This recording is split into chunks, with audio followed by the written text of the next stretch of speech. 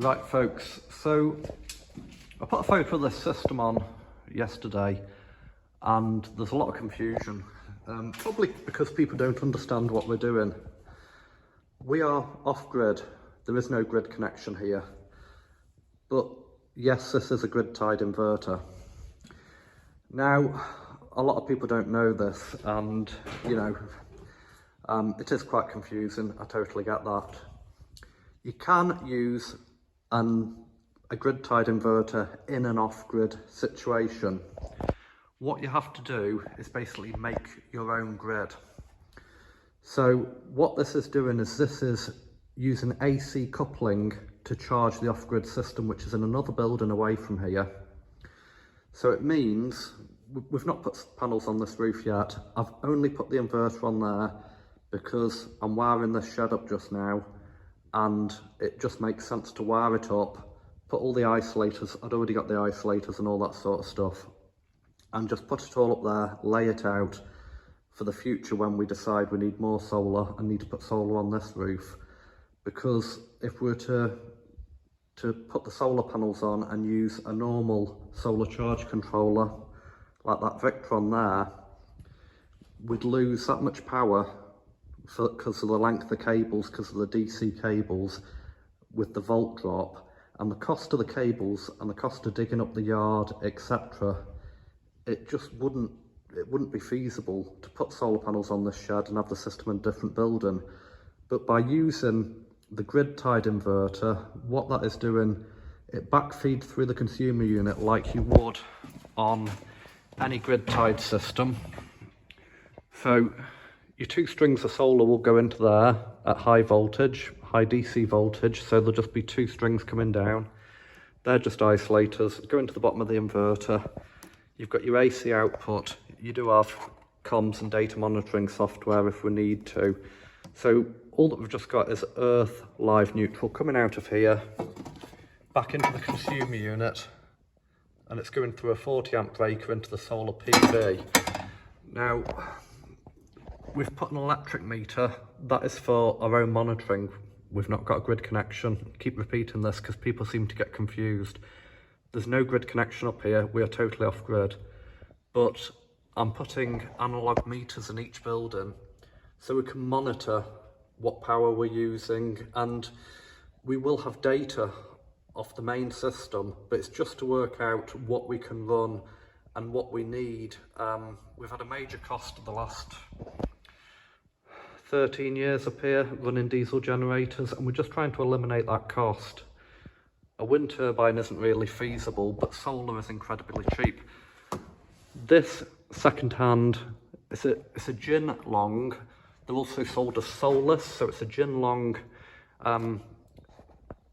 grid-tied inverter. That was £160 delivered, and it's guaranteed to work. So basically, that will feed into here. Electricity follows the path of least resistance, so any electric that is used in this building will use from this source first, and any surplus will go back down the armoured cable. So the AC input, it will go back down there and it will go into the other shed. Now we're still building the system, so excuse the mess, but that armoured cable comes in here, and then we've got an AC isolator for sheds 1 and 2. So AC isolator, and it's coming into the Victron multiplus.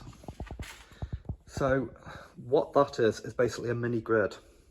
Because that's outputting 240 all the time, basically the Jinlong inverter senses this as a grid connection, produces power, surplus power is pushed down here into this inverter, and this has an AC charging capability.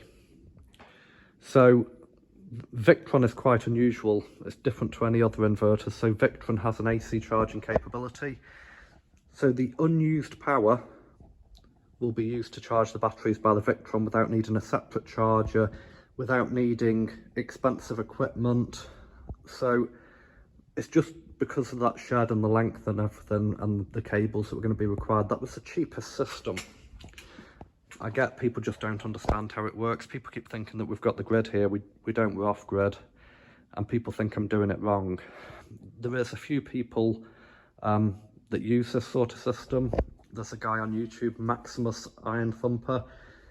He's just done a new system using a grid-tied Solus inverter. He didn't explain it very well, but people that know.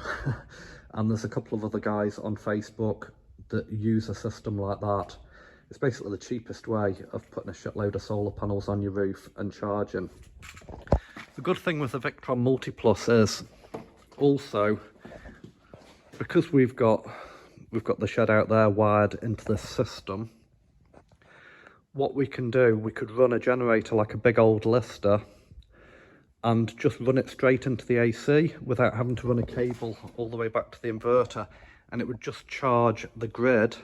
So it would power up the grid, and the surplus energy would be used by this Victron multiplus to charge the batteries. I don't know if that makes sense to people, but I'm just trying to explain to people what we're doing. This is a mess. I'm tidying the cables up just now, waiting for more isolators to come, but these are our gen controls. So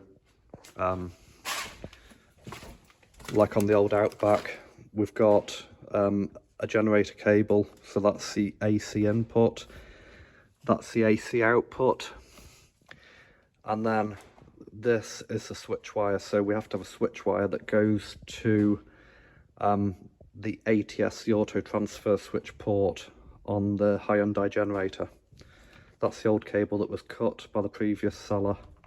So just to recap, it is a grid tied inverter, but we do not have mains electric. We do not have a grid connection.